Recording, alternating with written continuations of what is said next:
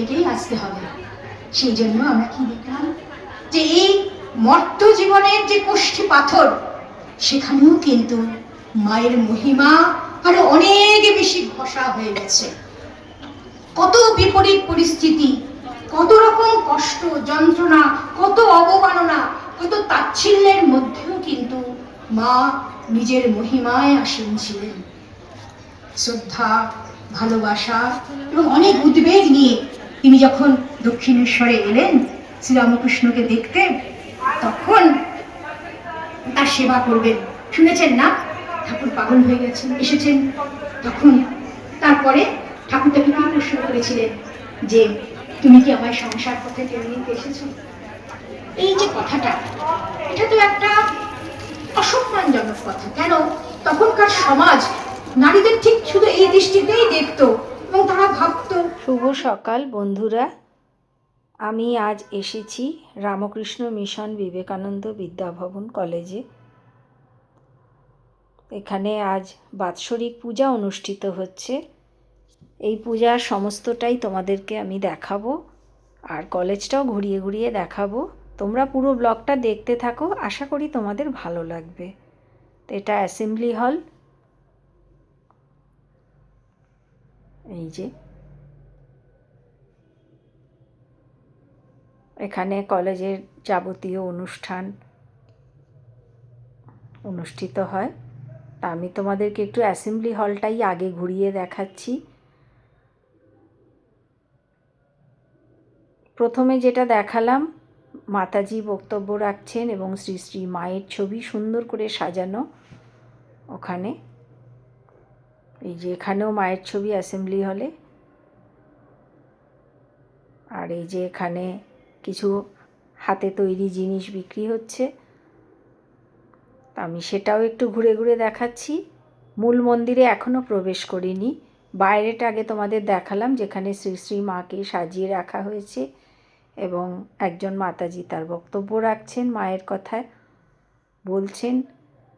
মায়ের কথা যতই বলুক যেন শেষ হয় না, আর শুনে মন যেন আর ভরে না, মনে হয় আরও কিছু যদি শুনতে পাই, আরও কিছু যদি শুনতে পাই, এরকম মনে হয়।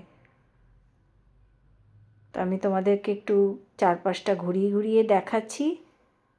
আর এই যে এটা হচ্ছে মূল রাস্তা। এখানে আমাদের ছোট ছোট বোনেরা হাত জোড় করে দাঁড়িয়ে সকলকে অভিবাদন করছে। আজ প্রকাশিত হয়েছে অর্ঘ্য পত্রিকা। আমি, কল্যাণীদি, সন্ধ্যাদি এবং কৃষ্ণা, আমরা চারজনে এসেছি। তোমাদেরকে আমি এরপরে এই কলেজের কিছু ছবি, কিছু ফুলের ছবি দেখাচ্ছি। এত সুন্দর ফুল, ছবি না তুলে পারিনি, দেখাচ্ছি। পরে আমরা মূল মন্দিরে যাব। তো তোমাদেরকে আরও একটু ফুলের ছবি দেখিয়ে নিই। দেখো চারিদিকটা এত সুন্দর, এত সুন্দর বাগান আর কলেজ বিল্ডিং। এটা হচ্ছে কলেজ বিল্ডিং। আমি খুব গর্বিত এই কলেজের একজন ছাত্রী হিসেবে। মানে মায়ের শ্রী শ্রী মা শ্রী শ্রী ঠাকুরের অসীম কৃপা, তাই আমি এই কলেজে পড়ার সৌভাগ্য অর্জন করেছি এবং এই কলেজের একজন প্রাক্তন ছাত্রী হিসেবে আমি খুব গর্বিত। মায়ের অশেষ কৃপায় আমি এখানে তার চরণে ঠাঁই পেয়েছি এবং এই কলেজ থেকে পড়াশুনো করেছি। বর্তমানে ন্যাকের মূল্যায়নে এই কলেজটি এখন A+ গ্রেড পেয়েছে, যেটি আমি ছাত্রী হিসেবে ভীষণ গর্বের বিষয় আমার কাছে এবং আমাদের প্রত্যেকের কাছেই। আরও একটু বাগানটা শেয়ার করছি। দেখো সাদা গোলাপ, আরও কত রকম ফুল। সব ফুলের সত্যি কথা আমি নাম জানি না, তোমাদেরকে ঘুরিয়ে ঘুরিয়ে দেখাচ্ছি। তোমরা যদি নামগুলো জানো তো আমাকে কমেন্ট বক্সে লিখে জানিও। আমি এই ফুলেরও আমি নাম জানি না, কিন্তু কি অপূর্ব দেখো। গাঁদা ফুলগুলো অবশ্য জানি, কত রকমের গাঁদা দেখো।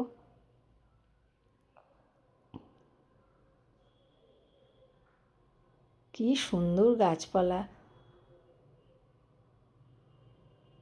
ফুলে ফুলে সবুজের সমারোহ। স্পোর্টস গ্রাউন্ড, পাশ দিয়ে ফুল লাগানো। এই যে তোমাদেরকে আরও একবার একটু দেখিয়ে দিচ্ছি।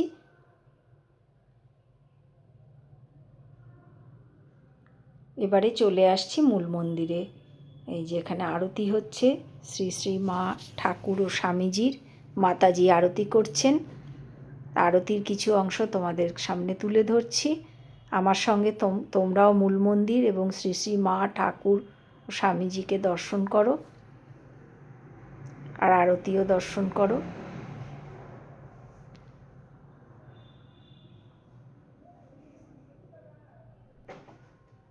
উনিশশো 61 সালে এই কলেজ প্রতিষ্ঠিত হয়।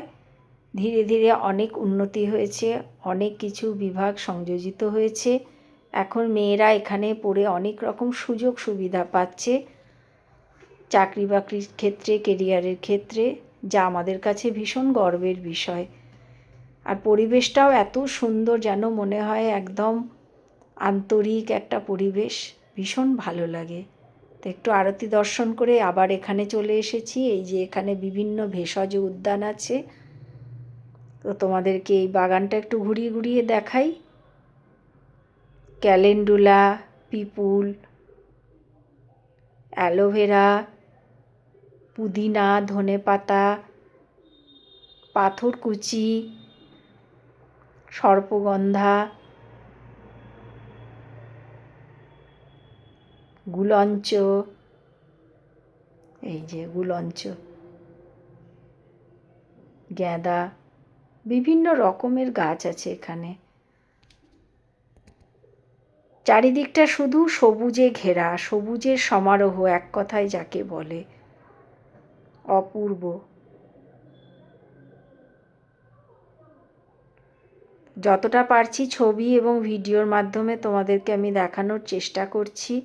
এরপরে এই যে মায়ের ভোগ হচ্ছে, ভোগ আরতি, তোমাদেরকে একটু ভোগ দর্শন করাই। শুনেছি ভোগ দর্শনে দুর্ভোগ কাটে, তা আমার সঙ্গে সঙ্গে তোমরাও একটু ভোগ দর্শন করো। শ্রী শ্রী ঠাকুর, মা ও স্বামীজি বাৎসরিক পূজা।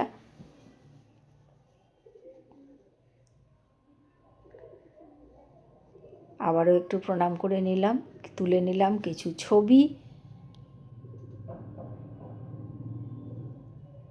আর এই মূল মন্দিরটা তোমাদেরকে একটু ঘুরিয়ে ঘুরিয়ে দেখাই। প্রচুর ভক্তের সমারোহ।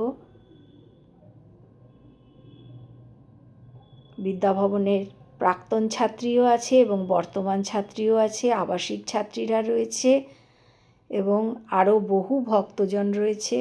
এখানে প্রত্যেক বুধবার করে গীতা ক্লাস হয়, ধর্মের ক্লাস হয়, পূজনীয়া প্রদীপ্ত প্রাণা মাতাজি ক্লাস করান। তো সেখানে যারা অংশগ্রহণ করেছে সেই সমস্ত ভক্ত মায়েরাও আছেন, তারাও আজকে এখানে এসেছেন।